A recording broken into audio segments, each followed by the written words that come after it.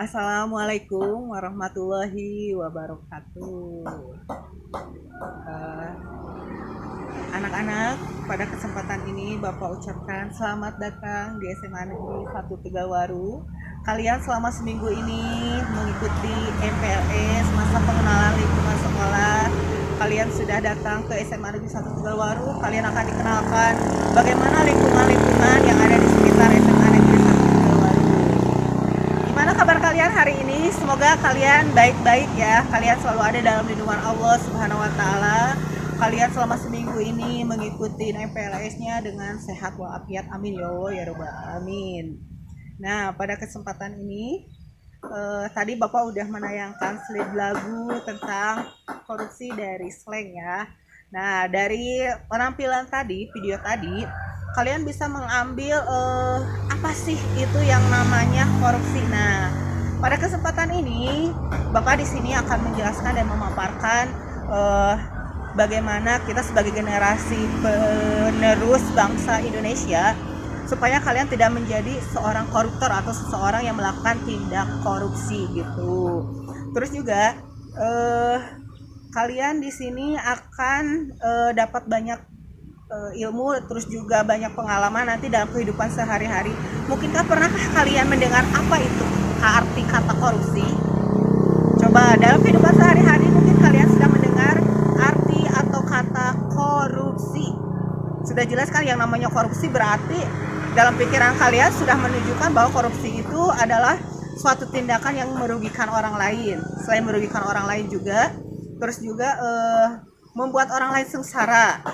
Terus korupsi itu adalah berhubungan dengan uang.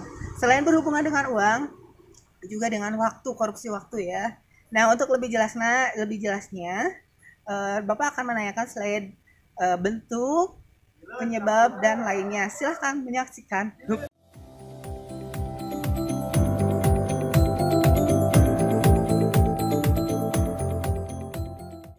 Semangat pagi! Pagi, pagi, pagi. Pengertian bentuk-bentuk contoh kasus dan penyebab korupsi.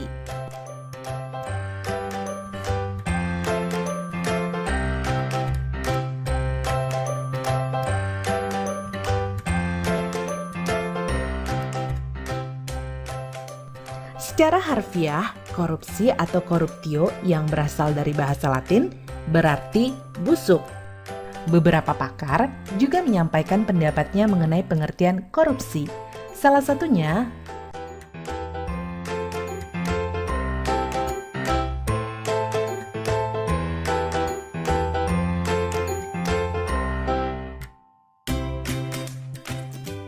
korupsi sudah sangat meresahkan. Maka banyak lembaga-lembaga anti korupsi didirikan. Salah satu dari lembaga ini juga mengemukakan pengertian korupsi, yaitu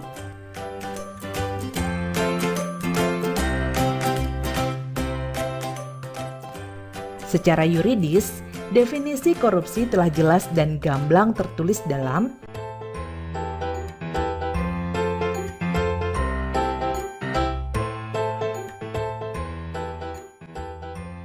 definisi tersebut kurang lebih memiliki inti arti, yaitu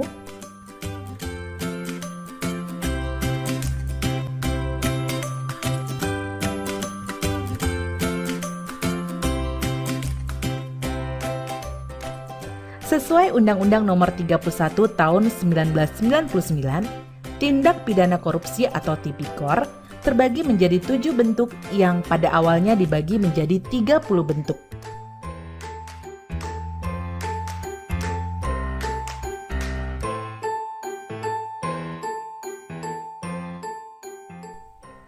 Pertama, merugikan keuangan negara.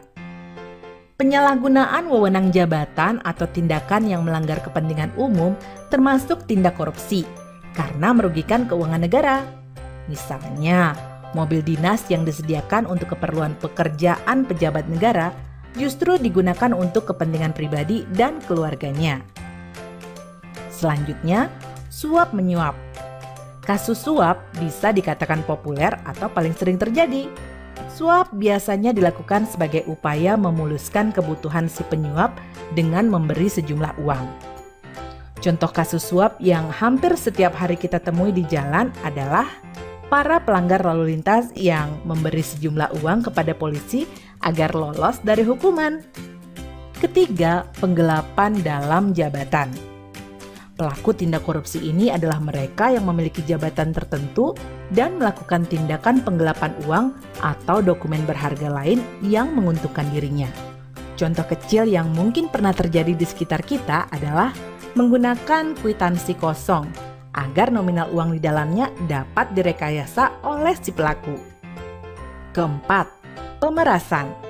Pemerasan merupakan perbuatan pihak yang menyalahgunakan kekuasaannya untuk memaksa orang lain melakukan sesuatu yang menguntungkan dirinya. Contohnya, pungutan liar atau pungli yang dikenakan oleh aparat kepada masyarakat sebagai tarif pengurusan dokumen tertentu. Padahal seharusnya pengurusan dokumen ini bebas biaya. Kelima, perbuatan curang. Segala bentuk kecurangan termasuk tindak korupsi. Sebagai contoh, pemborong proyek bangunan yang melibatkan kecurangan kontraktor, tukang, ataupun toko bahan bangunan. Keenam, benturan kepentingan dalam pengadaan atau yang dikenal dengan conflict of interest. Maksudnya adalah seorang pejabat yang dihadapkan pada peluang untuk menguntungkan dirinya sendiri, keluarga, ataupun kroni-kroninya. Misalnya, meskipun dilakukan tender dalam proyek, pegawai negeri ikut terlibat dalam proses dengan mengikut sertakan perusahaan miliknya. Terakhir adalah gratifikasi. Tindak pidana korupsi ini sangat dekat dengan masyarakat. Bahkan banyak yang tidak sadar bahwa secara tidak langsung mereka melakukan gratifikasi. Gratifikasi merupakan pemberian hadiah dalam bentuk apapun kepada pejabat publik dengan harapan adanya timbal balik dari si penerima. Hadiah yang diberikan bisa berbentuk tiket perjalanan gratis, paket liburan gratis, parsel hari raya, dan lain sebagainya. Anda dapat mencari contoh-contoh lain dari tindak pidana korupsi, agar Anda dapat lebih waspada akan tindak pidana korupsi yang mungkin terjadi di sekitar. Dari penjelasan ketujuh bentuk korupsi dan contohnya, dapatkah Anda menelaah apa yang menyebabkan pelaku melakukan berbagai tindak korupsi tersebut? Menurut Ghosn Theory, faktor-faktor penyebab korupsi ini meliputi 1. Greeds atau keserakahan, 2. Opportunities atau kesempatan, 3. Needs atau kebutuhan, dan 4. Exposure atau pengungkapan yang berarti konsekuensi yang dihadapi oleh pelaku kecurangan apabila pelaku terbukti bersalah. Pendapat lain menyebutkan bahwa korupsi dapat terjadi karena terpaksa, memaksa, dan dipaksa. Anda dapat mencari tahu lebih lanjut tentang ketiga penyebab korupsi tersebut untuk meyakinkan Anda bahwa motif pelaku dalam melakukan korupsi itu beragam. Setelah mempelajari modul ini, maka Anda akan lebih disiplin, jujur, dan bertanggung jawab dalam melakukan apapun sebagai upaya untuk menghindari berbagai tindak korupsi.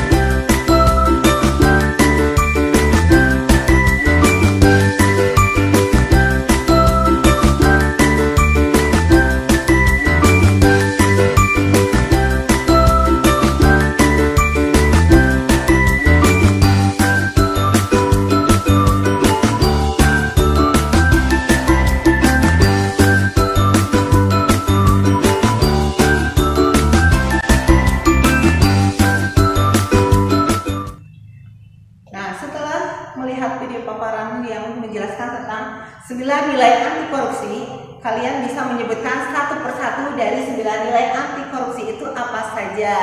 Yang pertama, 9 nilai anti korupsi itu yang pertama ada kejujuran, ada kepedulian, ada kemandirian, ada kedisiplinan, yang kelima ada tanggung jawab, dan yang keenam ada kerja keras, yang ketujuh ada sederhana, yang kedelapan ada berani, dan yang kesembilan ada adil. Maka dari itu Bapak satu persatu kita akan kupas, bahas, akan dijelaskan. Yang pertama itu ada kejujuran.